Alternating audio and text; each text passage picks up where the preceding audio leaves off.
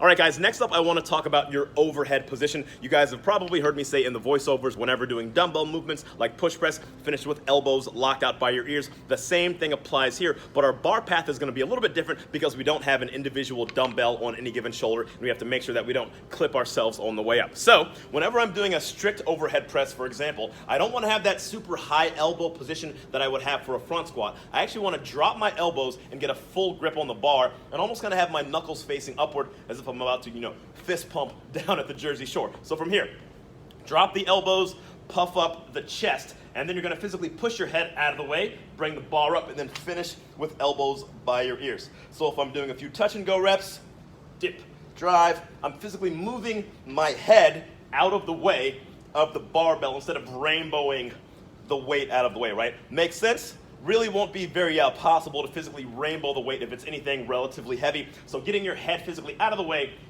just like a Pez dispenser, will make that bar path as efficient as possible. The same thing applies on our push press, dip, drive, and then the same thing for our strict press overhead. All right?